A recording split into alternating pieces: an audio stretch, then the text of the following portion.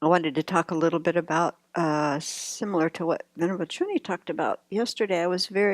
I appreciated her BBC yesterday, and it got me thinking about this idea about having a plan in our mind about how we're going to die and that everything's going to be all set up and the duckies all in the row and, off we go. And that's not how it goes. I don't think. A few years back, Venerable Damsho and I, when she was still Ruby, went on pilgrimage to India, and we were going around to different holy sites, and we got in a car accident. And that experience really taught me about how we have absolutely no control over anything. um, uh, just the search to try and get some medical care was so interesting.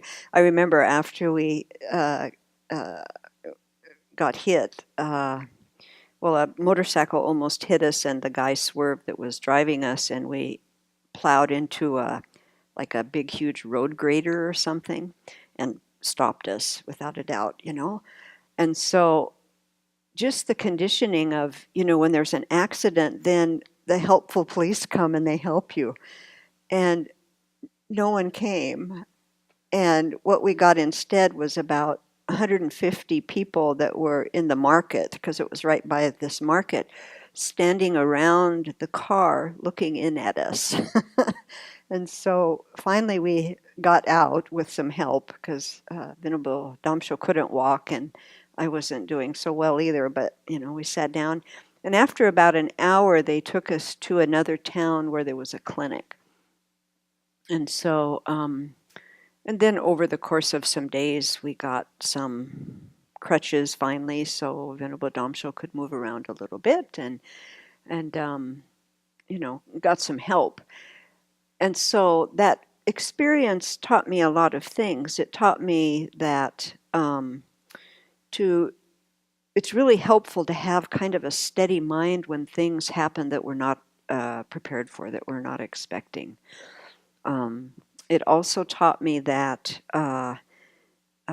when we are injured or when we get older, when we get ill, our dependency on others increases. And so if we really embrace being independent, I can do it myself, leave me alone, we are going to have so much misery when we start getting to the place where we need help. Because there isn't a person or a living being that isn't going to need help as we age. And so really, in a lot of ways, it's a practice of letting go of what I'm expecting to happen, letting go of what I think I am and what I can do. And so then what do you do instead of that, holding on to all of that? When you let go, then your heart can open and you can be kind to whatever's in front of you. And then you actually get a lot of lovely care and a lot of help in a good way. And then I am convinced that no matter what happens to us, we can manage okay. But if I'm fighting every moment about what is and not being able to accept it, then the only thing that one experiences is misery. And I think we see that day by day here. If I don't accept the changes that are happening, when changes happen all the time here, and I hold on to my plan or my deal or, what it should be, that is not a happy mind. It's just misery making. So every time we let go and we open to what is, we are actually practicing for our death, for our good death, for our good death.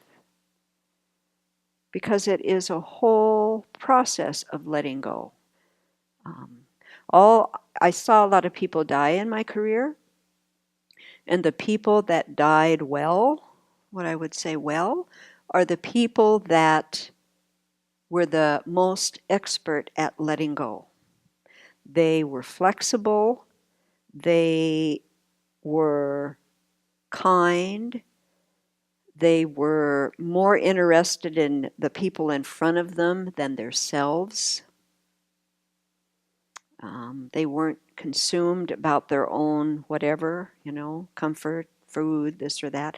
And so this thing about practicing to recognize when I'm starting to grab hold of whatever it is, the food, the particular schedule, the particular thing, the particular, whatever it is, plan, by letting go. And, even if I can't let go totally, but I can decrease my, the holding on so tight, even that is practice. Even that is helpful.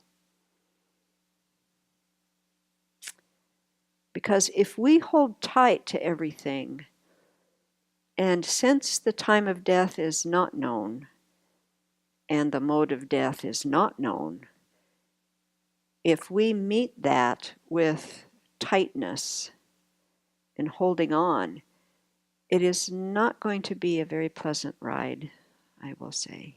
Yeah. And so it's so wonderful that the Buddha has taught us so much about preparing for death, because every day we can prepare our minds. Every day.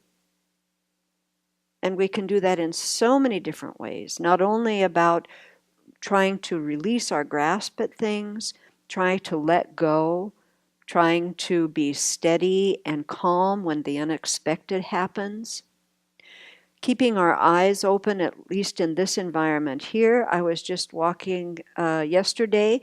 I saw two carcasses of mice that were being consumed by, ants or whatever, and going back into the earth.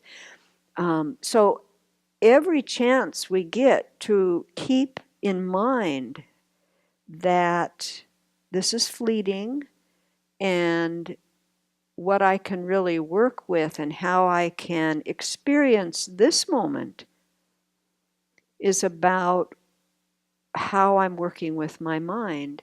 And we know from the teachings, if I open my heart and I am first compassionate to myself and then to whoever is in front of me, that's a good moment. No matter what's happening, that's a good moment. And so let's really think about using our moments in this open-hearted, compassionate way for ourselves and others. And I think that that's very powerful. It doesn't have to be some big, huge, deep practice or something. This is really good enough in many ways each day. And we all have the energy to do that. It's just where we focus our attention.